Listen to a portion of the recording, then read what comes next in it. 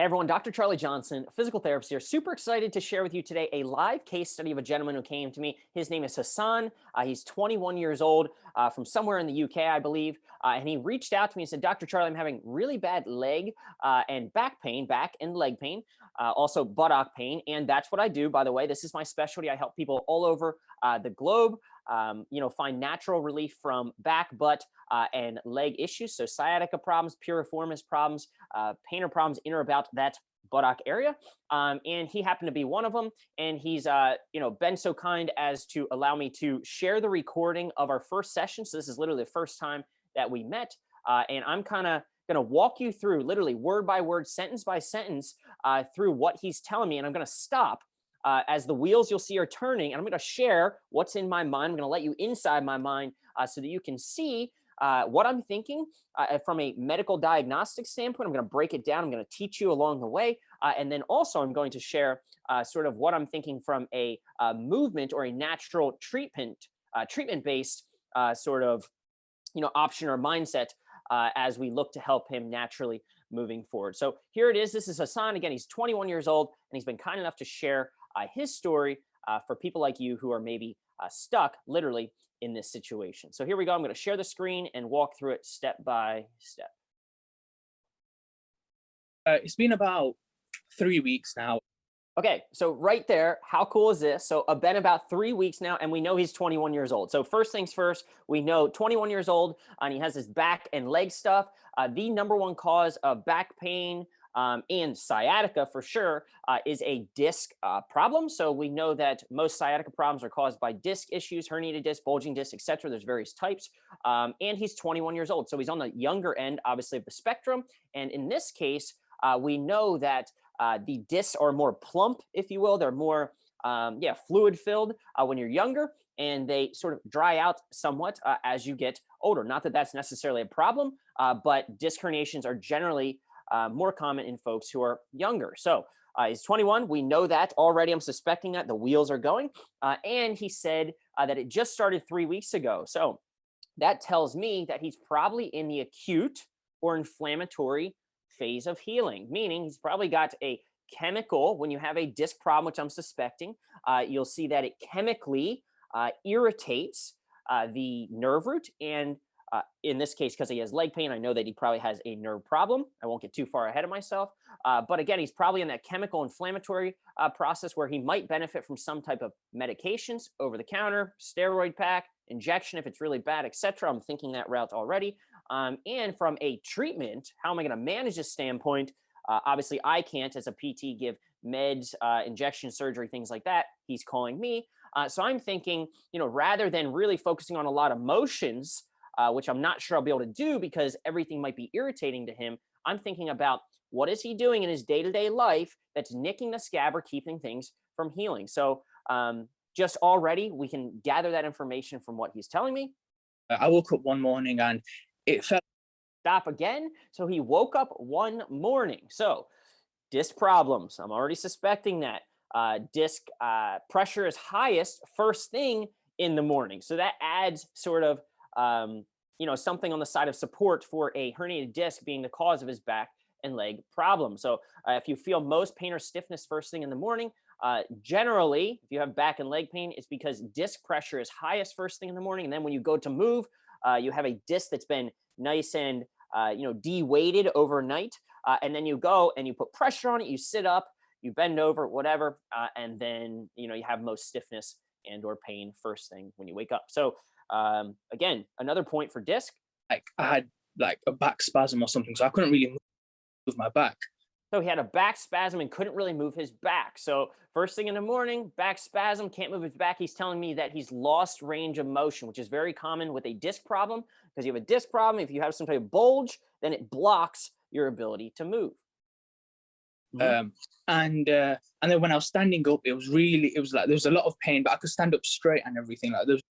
All right, so when he's standing up, so he went from laying down to standing up, he felt a lot of pain. He could still stand up straight at that point, but he had a lot of pain with transition. So a classic hallmark sign of a disc problem, is transitional pain going from a sitting to standing position. So for example, you ride in your car, and then you try to get out, and it's like, ooh, it's kind of stiff. It's hard to stand up. Maybe you can still do it, but you notice that those transitions are difficult.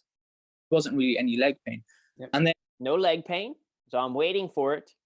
A lot of times you'll hear it. People start with back pain, and then if it's bad enough, it goes to the leg and the back pain reduces. But let's see what he says. after about a week, a couple of days or something, the back pain went. So no more back pain. But I realized He said normal back pain. Back pain, I mean, it happens to a lot of people, but I don't really consider it normal. Anyways, keep going, Hassan. unable to stand straight. So Okay, so dealing with this back pain. He's moving forward a couple days. I think he said a week or something like that. Now the back pain is less, but he can't stand up straight. So now he's telling me he's bent over and crooked potentially. All right. So again, that's pointing to a significant loss of motion. You'll see a lot of times that disc problems will prevent people from standing up tall or straight. It'll cause a block to that ability to straighten up. And we know that the majority of disc herniations are posterior, which means fancy medical term for backwards and to one side. So if you think about it, if you have a bulge kind of in the back, right, and you try to stand up on that, it's going to be painful. All right. So he's telling me that he's lost motion and he's having trouble standing up now, and his back pain is gone, or, well, it's normal back pain, so it's less. I can't stand straight currently. And when I do try and stand straight now, I have under thigh and left pain in my buttock, and also some numbness now in my calf and the left side of my foot. So, all right, cool. He just said so. So basically, what he's telling me, that's a good pause right there, Hassan. What he's telling me is a few things here. So back pain went away for the most part, or is less, but now he has this pain all the way, like he said, in his buttock. So it feels like buttock pain, deep buttock pain, going down the back of his leg into his calf and into the outside of his foot. So basically his little pinky toes, if you will, or his smaller toes, right? And what that tells me is that nerves carry information such as feeling and movement. Depending on the nerve that the disc or whatever it may be irritates, will determine roughly, there's some kind of overlap, but roughly where you're going to feel symptoms. So in this case, he feels on the outside, the straight back of his leg and into his calf, and the outside of his foot, the little toes. That tells me that that's most likely the first sacral nerve. So the S1 nerve root. If he would have said, hey, I feel it in my big toe, it goes to the outside of my knee, it feels like my knee hurts, and it goes to my shin and the top of my foot, that's more likely an L5, the fifth nerve in the lower back nerve problem. So just get that, depending on, already in his story, we've gathered all this stuff, what nerve it is, what the most likely cause is, how bad it is. Generally, the further down the leg the symptoms go, usually the worse the nerve irritation. It's acute, so he's telling me that it's probably really aggravated. As you'll see, it is. He's, in pretty significant pain, and it starts to make me think, hey, he might need some meds. He might need an injection, or rather than really focusing on a lot of motion in the exam, because I don't want to irritate him. A lot of people go to PT, and the PTs over-evaluate and over-treat, and then they irritate or piss you off for days or weeks, right? And they set you back. That's not the intent. In his case, we want to find motions that are yummy, good motions to reduce symptoms and educate him on ways that he can, throughout his day, calm symptoms down. All right, here we go. this is the most I can stand straight. Okay. So there I am. So he's bent forward, probably because he has a disc herniation that's out, that's pushed backwards and preventing that motion, preventing him from standing up tall. That's the most he can stand up straight. Now I want to see if he's sideways. I can't stand, so it hurts more now. So now there's pain here, and that's. So as he tries to stand up straight, right, he gets pain down the back of the leg. Now, the most common, so his pain worsens in the leg. Generally, as things get better with a disc problem, we want to see that the leg pain gets better. Maybe the back gets a little bit more sensitive, but we want to see the leg pain gone. That's the primary thing in treatment that I'm going to be looking for, is can I change his leg symptoms, make it better? The most common treatment, or a lot of times you'll see that people treat this via what's called like the McKenzie method, which is trying to find what we call a direction of preference, meaning we're looking for a motion of the spine that can take symptoms from all the way down, say in the foot where he has them, move them up to the calf, move them to the hamstring or the thigh, into the butt, and then into the back. So we're looking to bring symptoms up the leg, ideally. It doesn't always happen though, so it's not the number one thing that I always go for, but It does tell us that if we can find a motion that does that, that centralizes, brings symptoms back towards the spine, that the person will generally do better and they'll be able to heal naturally. Most cases, 90% of disc herniations will heal naturally anyway. So, and meaning surgery not necessarily indicated for the majority. Okay, cool. So as he's standing, right, a common motion in the McKenzie method that a lot of people try is like this idea of a press up, right? Trying to get on your belly or stand, do back bends, because, you know, theoretically, although it hasn't really been proven, so don't take this with a grain of salt. The idea is, hey, if we bend backwards repeatedly, then we can help push that disc material and relocate it into the disc and take pressure off the nerve. Sounds good theoretically. Again, not necessarily, but he's already telling me that he probably won't be able to tolerate that, at least in standing, because as he stands up, he gets symptoms shooting down the leg. I don't want that. The nerve is already ticked off. 3 weeks in, play. So if I try and stand even straighter, I can just feel pain here. That's about it. It's just pain here, but I can't go. Okay, cool. So look at this. You can see from here that he shifted. So now we see what we call a lateral shift. So he's standing and he's crooked, right? Off to the one side. He's off to the right. So I prepared this for you as a bird's eye view of the spine. All right. So on the left, you can see kind of the spine from a side view. L4, L5 is the most common level of a disc herniation. He probably has like an L5, S1 disc herniation. So I could change those if I really wanted. But you'll see that now, if we take a bird's eye view, I kind of, what is that, lop that off? I don't know, cut it like a tree, right? And then look down on it, cut this thing in half and look down on the spine. You'll see that this is sort of what it looks like. So we've got, you know, the little spiky parts down here on the back that you can kind of feel the bony ridges. We've got the disc. We've got the nerves, the spinal cord that runs through that tube, right? It's over here. And then some wings on the side, etc. Okay, so this is kind of one of the vertebrae, bones, and that whole kind of disc structure.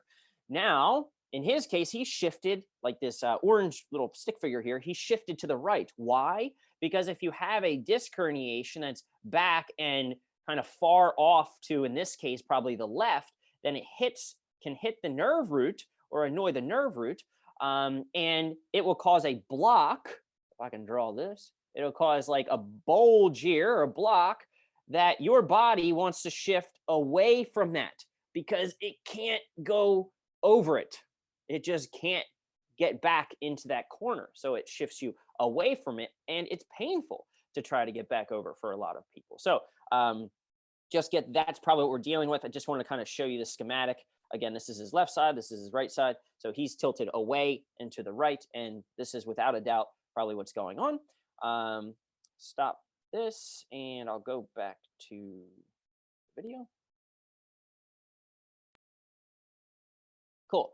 So let's play it. Than this, I can't lay on my stomach. You can't lay. Hopefully you can hear me now. You can't see me for some reason. Where am I? Oh, my desktop's a mess. Hold on. There I am.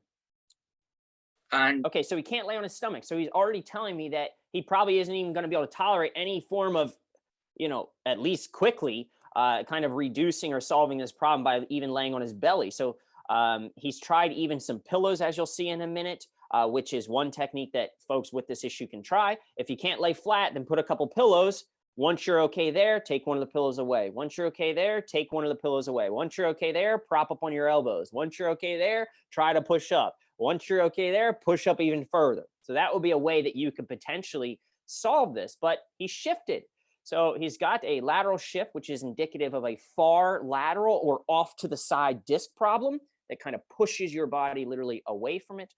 So let's keep rolling and see what we've got now. Yeah, but stand straight. But so just then when I stood up, there was no back pain whatsoever. Yep. And there's no leg pain either, because I can't stand straight. So I can sit down like this now. And then I didn't feel anything. Stand up now, I still didn't feel anything. But if I try and go straight, that's when the pain starts. I can feel the pain here. So now what I'm going to do is I'm assessing kind of the status of his nerves. How irritated are his nerves? All right. For the purpose of you kind of seeing it, I'm going to go very gentle with him, though. This is something that if you have sciatica, you can test it once, but you don't want to be stretching into this, the single biggest mistake that people make, especially in the acute phase. All right. So what I'm going to do is his painful leg is the left leg. I'm going to test his ability to straighten the left leg because as you straighten the left leg, it's a really good test that stretches or pulls on the sciatic nerve. And in this case, if he has sensitivity along that wire as it goes down his butt, through his leg, calf, and on the bottom of the foot, and he stretches it, he's going to say, I can't do it. So we're looking to see how sensitive his nerve is. And then we're also going to look at the other leg for reasons I'll explain in a minute. Good leg, your right leg, and slowly straighten it. So we're checking his good leg, his right leg first as a comparison. Yep, like kick it up. Yeah, exactly, man. So we're looking at. So yeah, there's that. So you can see his face grimacing. So let's see what he says. Remember, this is his good leg. Pretty much. Cool. Yeah. Go to the other leg. Other leg's about there. So significantly limited on his left leg. Why? Not because his hamstrings are tight, because his nerve is pissed off, is angry, and is chemically irritated. He's only in 3 weeks, right? So he has this is a really good test to determine if you have something wrong with your nerve, a sensitivity problem. He has sciatica without a doubt. Now, diagnostically, we know he has sciatica, which is kind of more of a symptom than a diagnosis, but what could be causing it? Well, we already have a bunch of, points on the board for disc problem. This is a question I'm going to ask just to make sure I don't miss it. That will even add more evidence. So here we go. Yeah, I can't feel pain now. Okay, yep. Don't want to test it any more than that if you're doing this along with the video. No. Okay, so now what happened when you straightened the right leg? Was it okay? Yeah. Do the right and left again. Yeah, so right, pretty much all. I don't believe him yet. I saw his face grimace. Notice I'm not saying, so did the right leg cause a problem or was it painful? That's a lead-in question. A lot of people go to the doc and they say, does it hurt when you sit? Does it feel better when you stand? This is what you have. That's a lead-in question. Instead, you should be asked open-ended questions. I just say, hey, what happened when you straighten the right leg? I can feel a little bit in my left side when There you go, right there. So he says, I can feel it a little bit in my left side when I straighten my right leg. So that is what we call a positive, meaning it causes an issue, crossed straight leg raise. So for example, his symptoms are on his left side, it crossed, so the right side in this case, the good side. When he straightens that and does a leg raise, a cross straight leg raise on the good side, he gets symptoms that reproduce in the back of his left thigh or in his bad leg. So this is really indicative of diagnostically a disc problem, a kind of what we call a far lateral or off to the side disc issue. Again, that kind of collaborates or corroborates or can't even think of the word, whatever, makes sense with, matches with the idea that he's kind of off to the one side. So he has not only does he have a positive straight leg raise, on the bad side for nerve tension or sensitivity, sciatica, but he also gets reproduction of symptoms on his good side while kicking out, or on his bad side while kicking out the good leg. So that's called a cross straight leg raise. If you have that, then almost without a doubt, along with the kind of findings that we've seen already, you've got a disc issue. Straighten it. But in terms of right side, yeah, all fine. Like nothing really. Just like normal. Yeah, and then left, yeah. Now I can't go any straighter, and yeah. Okay. So there we have it, right? So that is a case study of, again, a 21-year-old gentleman named Hassan. My specialty is helping people all over the world with back, buttock, and leg problems, piriformis, hips, sciatica, anything that can kind of refer to that area. We tease it out systematically. As you can see sort of in my mind, this is how the wheels are turning. And when you're going to see somebody like this, right, this is something that after this, time with him, I won't kind of bring you on any further at the moment. But this is something that should be drawn up on a whiteboard for you, should be explained to you so that you can better understand what's going on. So in his case, what is the conclusion? He's got an acute, very recent disc issue. Now, he didn't mention in the video, but he had an episode of sitting for a long period of time and doing a lot of studying. So you'll see that in the story of people who have disc issues. They'll say, sometimes it's very clear. They lifted a box, they bent over, they picked something up, and boom, they noticed something, just like he did, sort of. All right. But he kind of woke up with it. So it wasn't as rapid as it is in some cases. Um, a lot of times you'll hear people say, hey, I took like a long car ride and maybe my back was a little stiff, but then the next day I couldn't move. Right. So be aware of that. A prolonged posture like this, bending, lifting, tying your shoes, sitting, a lot of like yoga, right? Whatever, that increases pressure on the disc. We know that bending forward, sitting in a chair, driving in a bucket seat, anything like that, increases pressure within the disc. In his case, he's a young guy. He's got a lateral shift, which is a deformity that's caused by a disc herniation that's out to the side. He's not going to be able to tolerate, most likely, going backwards, just thinking about treatment now, because we know what it is. He's in the acute stage. He might need some meds to calm it down, in combination with, from my standpoint, a lot of education about, hey, you see how that motion, that straight leg raise really gets you? Here's why. Just like kind of I talked through with you. Here are some positions in your life that look like that. Stretching the hamstrings, doing sciatic nerve glides that you found on YouTube. Do not do that. It will piss your nerve off and continue to aggravate the problem, at least in this early phase. All right. But then you're also thinking about, other habits that he may have or routines. And you're trying to educate him on how movement impacts his symptoms, as we've already established somewhat of a movement pain relationship. And we're giving him tips and strategies to decrease the symptoms using movement. Maybe we need meds as well. And then we'll start to explore, as things calm down, specific positions that he can tolerate. Already, I'm thinking that I don't want to go too in depth with an examination or initial movement treatment to find those motions, because I know that his symptoms are irritable. The fire is hot and it's easy to flare. I don't want to aggravate him any more than he already is. I'm here to help him, not harm him. And I'm starting to think ahead to the fact that, hey, he might not respond to laying on his belly and propping up and doing Mackenzie press ups, because if you've got a lateral kind of side, off the side type of disc problem, you might need to do certain motions to realign the body, and or you might have to, if symptoms are really bad, just go into that which feels easy for a while, which most of the time, and you'll see in one of my other videos, right, something you might be able to try is some type of shift correction, right? But there's a lot that goes into that, and you want to make sure that you're, yes, you can do it at home and you can be successful at it, but you want to make sure that you're working with somebody who knows what they're doing, because that might not be appropriate. In fact, it might irritate somebody just as much as it might have the possibility to help them. So again, Hassan, 21 years old. This is the case study inside my mind, if you will, Dr. Charlie Johnson. If you need specific help and or have questions, head on over, visit www.calldrc. I'll put it in the description below this link, .com. Also subscribe, like the channel, hit the bell for more videos just like this, as I'm always recording and working with people virtually, and I have a lot of content to get out there to you folks. So again, Dr. Charlie, www.calldrc.com if you'd like to chat with me directly and are serious about solving this problem naturally. Hopefully it was helpful. Until next time, thanks everyone.